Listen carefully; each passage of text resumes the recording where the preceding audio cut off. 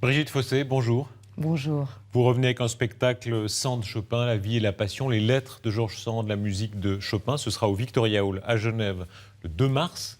On va parler de ça, parler de vous. Vous êtes visage familier par excellence depuis toujours. On a l'impression que vous êtes toujours avec nous. Qu'est-ce qu'ils vous disent les gens quand ils vous croisent dans, je sais pas, dans les salles de spectacle, dans les rues, dans les gares? Bonjour Brigitte. Ouais. Ah, ils vous appellent par le prénom. Je trouve ça génial, oui. Le souvenir qui revient le plus souvent, c'est quoi dans la bouche des gens? Je pense qu'il y a eu plusieurs choses qui les ont marqués, mais sans doute ces Jeux interdits, la Boum, et Alors, puis Jeux interdits, les c'est la Mogador musique. et le Château des Oliviers. Je vous interdis la musique, les larmes, parce que toute une génération a pleuré en vous regardant. Château des Oliviers, la Boum, la maman de Sophie Vic, Marceau. oui. Et puis quand même les valseuses. La scène très sensuelle où vous êtes avec... Oui, mais ça, les gens m'en parlent rarement. Oh, c'est sûr que non. On dit que c'était la scène, c'est vous qui Ça m'avez dit, dépend des générations, en fait. la scène favorite de Jean Genet. Oui, c'était sa scène préférée dans le film, oui. Mais il y a aussi un film, moi, qui m'a beaucoup bouleversée, c'est Un mauvais fils de Claude Sauté, parce que je jouais le rôle d'une jeune droguée, et j'avais rencontré une jeune droguée qui m'avait donné toute sa vie pour le rôle, et elle m'avait expliqué comment elle s'était guérie, et comment elle avait rechuté, et comment elle s'était guérie définitivement comme mon personnage. Et elle allait dans les lycées pour expliquer ce que c'était, et comment il ne fallait pas se laisser piéger par cet enfer. Quel est le secret pour durer? Il y a tellement d'actrices qui durent une saison, 2 saisons. Vous avez traversé tout. Quel est le secret? J'ai pas de secret, je vis l'instant présent avec intensité. Je fais ce que j'aime et je travaille avec les gens que j'aime. Et j'essaye de ne pas faire ce que je n'aime pas. Vous avez quand même une vie très riche quand on vous lit. Je recommande, vous avez signé un abécédaire spirituel où vous racontez les lectures qui vous nourrissent, qui vous animent. La nuit, hein, vous lisez beaucoup la nuit. Oui, Ça, parce c'est que, extraordinaire. parce que la nuit, je ne me culpabilise pas de ne pas travailler. Je me dis que de toute façon, je ne travaillerai pas, que donc je peux lire des lectures dont je ne vais pas obligatoirement me servir dans mon travail. Ça, c'est votre côté très intello. Alors, vous avez fait des films très populaires, et puis en même temps, alors c'est Jean Genet qu'on citait, c'est Prévert, Jean Guiton. C'est un monde très varié, le vôtre. En fait, j'ai l'air comme ça d'être une intello, mais je ne suis pas vraiment une intello. Je suis quelqu'un d'assez curieuse et je vais picorer un peu partout. Je ne voudrais pas passer à côté de quelque chose. À l'origine, vous êtes une lettreuse quand même. En fait, j'ai fait Hippocagne-Cagne et puis j'ai commencé à préparer une licence de philo. Et puis mes parents trouvaient que je devenais bableux, que je devenais trop lettreuse comme vous. Et ils m'ont dit non, il faut faire un truc utile, il faut aller à Genève faire l'école d'interprète. Il faut que tu sois interprète parlementaire. Et la Suisse a compté dans votre vie, hein. C'est un petit tournant de votre vie. Beaucoup. Genève, école d'interprète, c'était comment? Alors c'était super sympa, sauf que moi je réfléchissais beaucoup à autre chose. Je voulais être comédienne et donc j'allais au théâtre, j'allais à l'opéra, j'allais au cinéma, mais les cours de droit de Monsieur Lalive ou de Monsieur Price, j'y allais très peu. Ils vous ont marqué quand même, apparemment. Oh, c'était des personnages passionnants. Les Suisses, vous les avez trouvés comment à l'époque? Très accueillants, très doux. Et je les ai redécouverts en faisant 1 ou 2 ou 3 tournées autour du lac Maintenant, en tant vous que jouez pour public. eux. Et j'ai trouvé que c'était un public extraordinaire, plein d'humour. Vous qui aimez jouer dans la finesse, etc., c'est un public assez attentif en général, hein. Très attentif, très réceptif. On a l'impression qu'il est assoiffé de spectacle, qu'il est curieux et puis très ouvert, très disponible. C'est pour ça peut-être qu'on dit du mal des Suisses, parce qu'ils ont trop de qualité. Georges Sand, alors vous qui êtes un personnage tellement féminin, tellement fin, alors on a 2-3 clichés sur Georges Sand, c'est un personnage plus massif, un peu viril, il y a ce mot terrible de Flaubert disant c'est le meilleur des grands hommes, hein. C'est son âme qui était très courageuse et très forte. Elle avait une immense générosité. Et c'est peut-être pour ça qu'il a dit que c'est... On ne sait pas toute la grande tendresse qu'il y avait dans ce grand homme. Féministe avant l'heure, ça on peut dire ça. Féministe, mais très féminine aussi. Il ne faut pas oublier un petit détail, c'est que quand elle a rencontré Chopin, elle a été fascinée par sa musique et elle est tombée immédiatement amoureuse et de l'homme et de l'artiste. Elle lui a fait passer un petit billet. Et puis, Bon, Chopin était fiancé, et puis bon, les parents de Chopin ne voulaient pas qu'il sorte avec une dame comme ça qui avait défrayé la chronique dans tous les domaines, et lui non plus. Mais finalement, il a été fasciné par son intelligence, par sa capacité à comprendre sa musique, l'artiste qu'il était. Et un soir, elle est allée dîner avec Franz Liszt chez Chopin. Et ce jour-là, je vous assure qu'elle n'était pas habillée en homme. C'est Alain Duhaut qui m'a raconté ça, Monsieur Musique de France. Elle avait une robe de satin blanc, d'une féminité exquise, avec de grandes manches comme ça, qui cachaient un petit peu ses mains. Et elle était toute en blanc comme une jeune fille. Vous êtes professionnel jusqu'au bout des ongles. Vous aviez 2 foulards tout à l'heure. Vous avez choisi celui qui va avec le fond, avec des rouges et des oranges et des roses. J'aime beaucoup que le costume soit en harmonie avec le décor. C'est une déformation professionnelle. L'amour. George Sand, Chopin, c'est une très très belle histoire d'amour. Oui, et dans ce spectacle, je raconte toute sa vie à travers ses lettres depuis son adolescence jusqu'à sa mort. Elle en a écrit 20 000. J'en ai choisi 20, et Yves Henry joue les morceaux de Chopin. Yves Henry, c'est le président du Festival de Nohant, un très grand interprète de Chopin. Les histoires d'amour finissent mal en général. Elle a fini mal aussi, celle-là. Il y a un moment où la passion diminue entre Chopin et George Sand. Oui, et elle a eu 2 grandes blessures dans sa vie. D'ailleurs, il y a des très belles lettres d'amour à Musset, et puis la blessure quand ils se sont séparés, ça a été très dur parce que il y a eu des moments où ils ont renoué, puis ils se sont reséparés. Et à la fin, elle écrit une lettre à Liszt où elle est ravagée. Et elle dit « Sans mes enfants, je me jetterai volontiers dans la rivière ». Donc ça a été un moment où elle a été cassée complètement après Musset. Et après, quand elle a rencontré Chopin, ça a été une incandescence d'amour pendant 1 an ou 2. Et puis après, petit à petit, elle est devenue sa fan. Elle s'est mise au service de sa musique pendant des années. Et quand il est parti, c'était devenu comme si elle avait perdu son enfant. Vos chagrins d'amour, à vous, c'était comment? C'était si dur que ça? Alors, mes chagrins d'amour, je ne les raconte pas du tout, mais je les glisse dans mon interprétation des rôles que j'ai à jouer. Comment vous les employez? En fait, c'est très inspirant quand vous avez une lettre déchirée d'avoir eu des chagrins d'amour. C'est très important pour un artiste d'avoir la possibilité de mettre sa vie au service de son interprétation. Il y a des actrices un peu crues, un peu cyniques. Je me souviens de Mélina Mercouri qui disait qu'elle pleurait sur commande, que là, dans un salon entre 2 gin tonic, elle pouvait pleurer comme ça. C'est pas votre genre. Vous avez un travail de comédienne plus complexe que ça.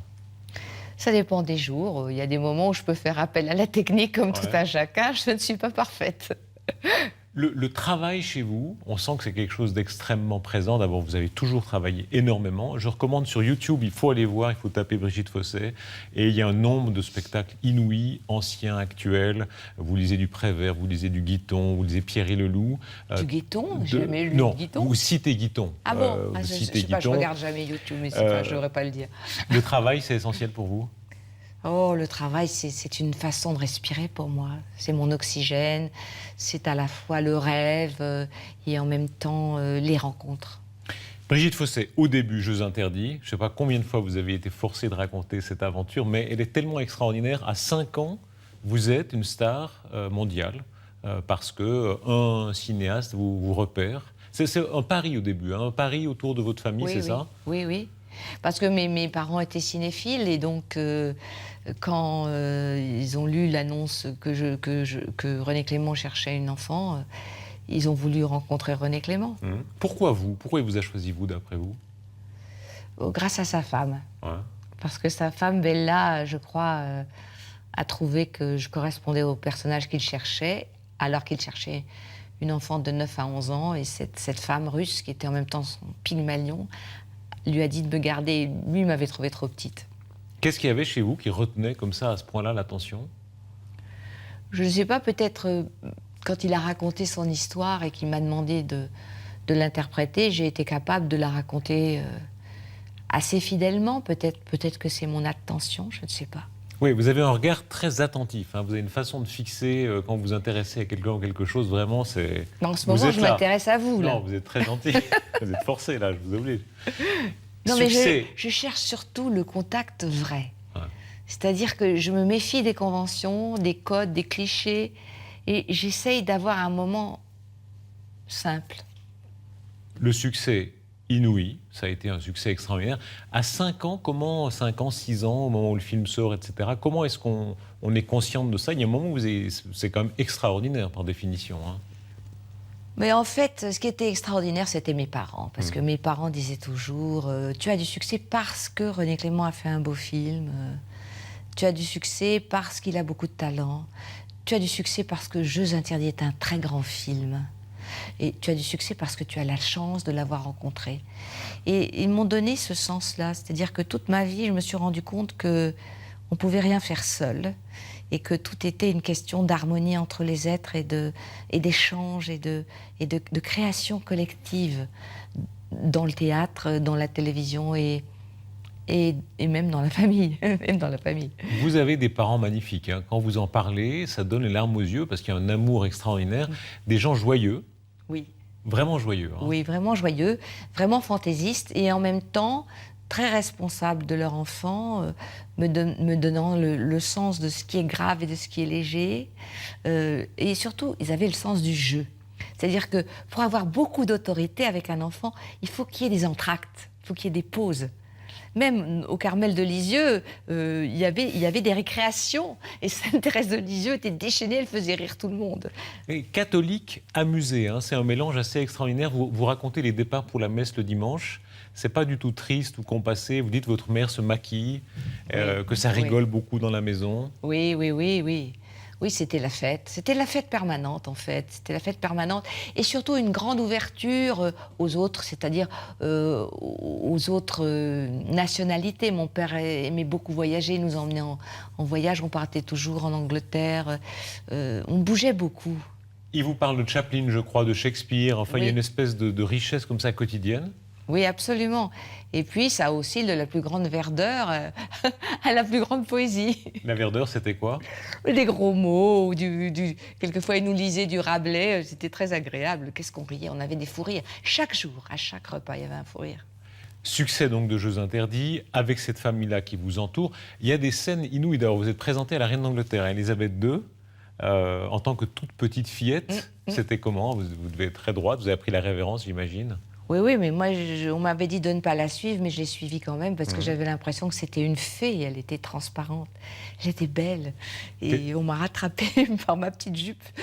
Mais je voulais absolument partir avec elle. Qu'est-ce qu'elle vous a dit, la reine d'Angleterre? Ou qu'est-ce que vous lui avez dit? Je lui ai rien dit, je lui ai donné des fleurs. Moi, je voulais lui dire comment allez-vous. On m'a dit non, surtout, vous ne lui parlez pas. Alors, j'ai pas pu lui parler.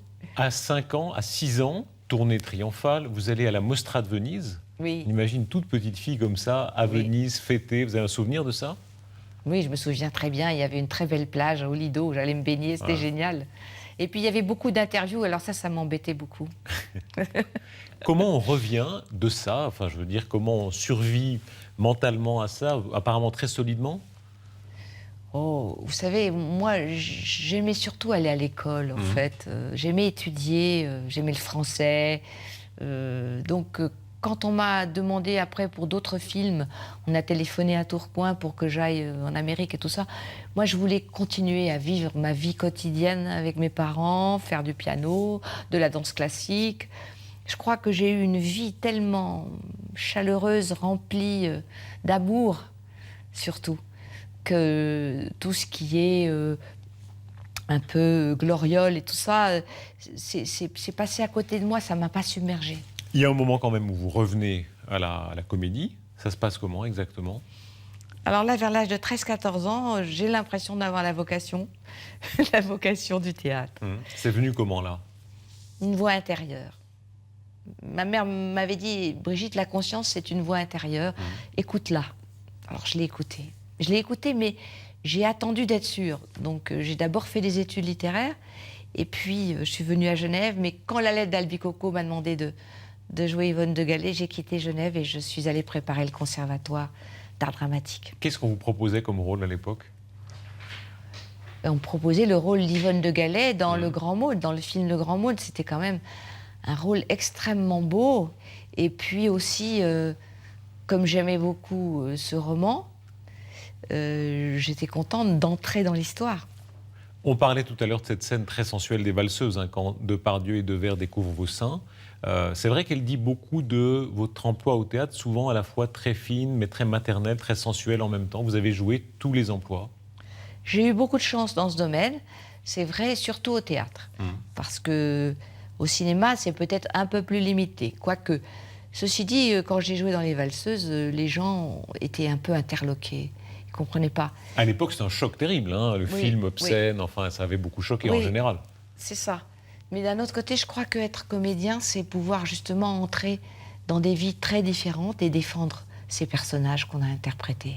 Depardieu, quand vous le revoyez aujourd'hui, alors il a fait la une de la presse mondiale ces dernières semaines. Il est adorable. Hein, il est très gentil, très chaleureux, très amical. C'est quelqu'un de rare. Enfin, je crois qu'on a rarement fait ouragan plus spontané que Gérard Depardieu. Vous avez des très belles définitions de lui. Hein. Vous dites un ogre et un poète à la fois, par exemple. Oui, c'est quelqu'un qui est gourmand de tout. Il dévore la vie, dévore les lettres. Il est très cultivé aussi. Et puis c'est un très grand homme d'affaires. Il est hors norme. Vous avez joué avec tout le monde, en tout cas tous ceux qui comptent. Vous avez été mis en scène par tant de gens. Alors si au petit jeu, il est idiot, je sais bien, mais le plus grand acteur que vous ayez pratiqué, c'était qui? Oh, c'était peut-être Paul Newman, mais c'était en même temps le plus simple, le plus décontracté, le plus naturel. Ça, c'était américain chez lui aussi, ou c'était lui, sa personnalité? C'était sa personnalité. Simple en quel sens? J'ai voulu tout de suite le mettre à l'aise, donc je lui ai dit des gros mots pour lui faire comprendre que je ne m'intéressais pas en fait à la séduction, que je voulais aller droit à l'être et travailler avec lui même entre hommes. Et donc à partir de là... C'est drôle l'expression, entre hommes. Oui, parce que je voulais le rassurer, parce que toutes les femmes sont tellement, paraît-il, l'envahissaient. Donc je voulais lui faire comprendre que je ne faisais pas partie de ces femmes. Et donc je lui ai dit que j'aimerais aller au restaurant chinois. On est allés ensemble au restaurant chinois. Et il m'a raconté toute sa vie. Et puis très, très, très vite, on a eu une relation d'humour. Et il m'a dit cette chose très amusante. Il m'a dit, tout le monde croit que... je suis bête et très riche, en fait, c'est le contraire. Vos yeux dans les yeux de Paul Newman, ça devait être une scène pas mal à part ça. En fait, j'étais sa femme dans le film de Robert Altman. Et j'attendais un bébé de lui. Mais en tout bien, tout honneur. Vous êtes tombée amoureuse? Pas du tout. Non, lui, il était mon idole, c'est-à-dire, il était sur ma table de chevet dans un petit cadre en argent, et je le mesmérisais, son image, pourvu que je le rencontre un jour. Ça, vous lui avez dit, j'imagine, qu'il était dans votre... Je lui ai jamais dit, non. Ah, vous lui avez jamais avoué? Non, ça l'aurait gêné terriblement, ça aurait été un manque de pudeur terrible. Et lui est tombé amoureux? Pas du tout. Non, pas du tout. Lui, sa femme était charmante, elle venait le voir très souvent. Enfin, je ne sais pas, en tout cas, je ne crois pas. Et chaque fois qu'elle venait, c'était formidable parce que, par délicatesse vis-à-vis d'elle, pour qu'elle ne rencontre pas tous les membres de l'équipe et pour qu'ils soient vraiment à elle, il changeait d'hôtel. Alors, le plus surprenant, le plus hors norme, Depardieu, le meilleur acteur ou le plus simple, le plus direct, Paul Newman. Le plus mauvais, c'était qui? Ça, c'est... Vous savez, moi, je suis très confraternelle. Je dis jamais de mal de mes partenaires. Et d'ailleurs, je ne pense pas avoir eu de mauvais partenaires parce que ça fait partie de ma vigilance. Les comédiens qui jouent faux, ça arrive quand même. Pour vous qui êtes tellement dans la finesse, ça doit être terrible d'avoir un partenaire qui est un peu moins bon. Ça arrive, il se passe quoi? Non, j'ai jamais eu de mauvais partenaire, non. Parce que j'ai choisi les films en fonction des partenaires aussi. La première chose que je demande, c'est qu'est-ce qui va jouer tel ou tel rôle. On ne peut pas travailler seul. C'est comme le tennis, il faut avoir un partenaire. Un partenaire, oui. Dans ceux qui ont disparu, il y en a hélas beaucoup. Il y a Devers, évidemment, oui. Vous le citez tout à l'heure. Oui, il est un grand acteur, très très grand acteur. Et puis mon ami Jean-Claude Brialy, qui est parti aussi, qui était un ami intime. Vous qui méditez la nuit, c'est l'appel des morts, c'est une pratique que vous avez comme ça? Non, vous n'y pensez pas? Je ne joue pas aux tables tournantes. Sans tomber dans l'occulte, mais enfin, simplement y penser régulièrement.